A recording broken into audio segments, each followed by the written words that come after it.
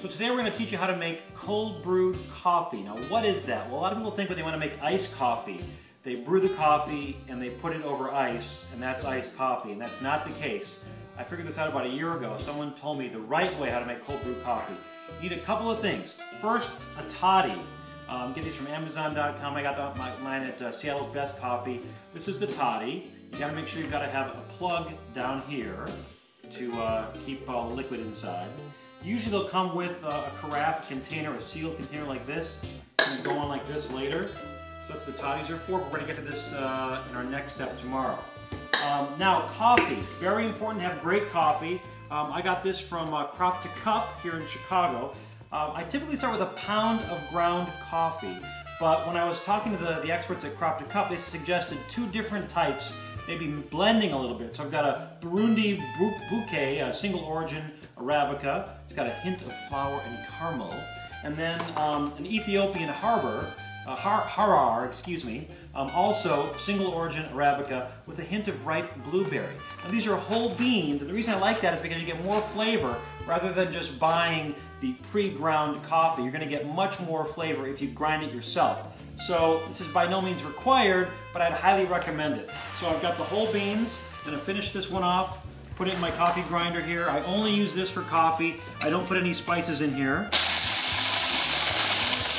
And I don't want to have a really fine, I want to have it kind of coarse because I want to have some of those edges just to get the liquid touching all the parts of the coffee. So as you can see, it's not really fine. It's just kind of it's pretty coarse actually. So now we're going to go into our toddy, and I'm going to do about, a third or so. Oh, you know what? I did this wrong. I want to make sure. Very important step, folks. You've got to have a filter.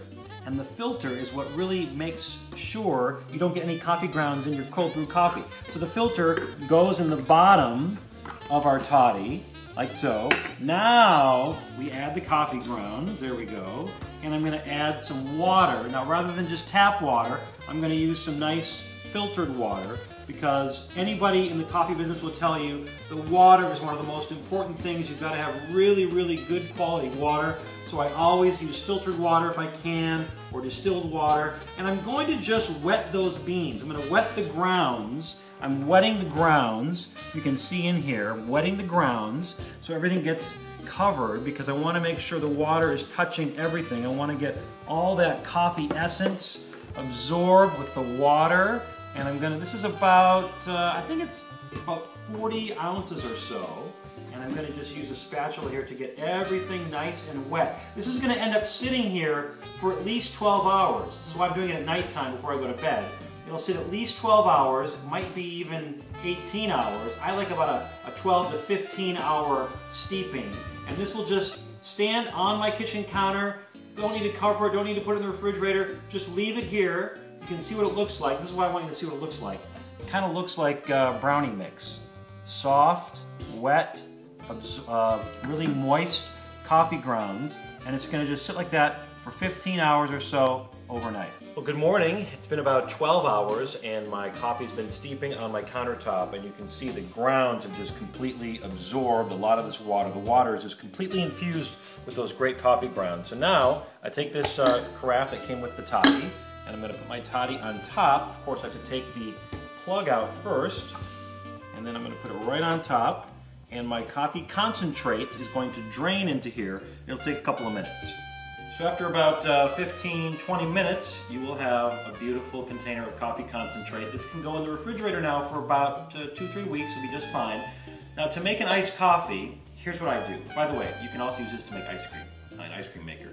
Here's what I do. I take a glass with ice, and I'll fill it about 50% with coffee concentrate, and that's about enough right there. And then I'll put in a little bit of simple syrup. This is just sugar and water, equal parts, just a little bit, maybe, I don't know, a tablespoon or so, and then a little bit of milk. Now, if you wanted to make it obviously more concentrated, you could do that with less milk. I like about 50-50. And I'm going to put it into a shaker here, make a Boston shaker, and just give it a little bit of a shake. And then I've got, there we go, and just to give it a little frothiness, you've got a cold brewed iced coffee that does not cost you $3.50 like it would at most coffee shops. Cheers.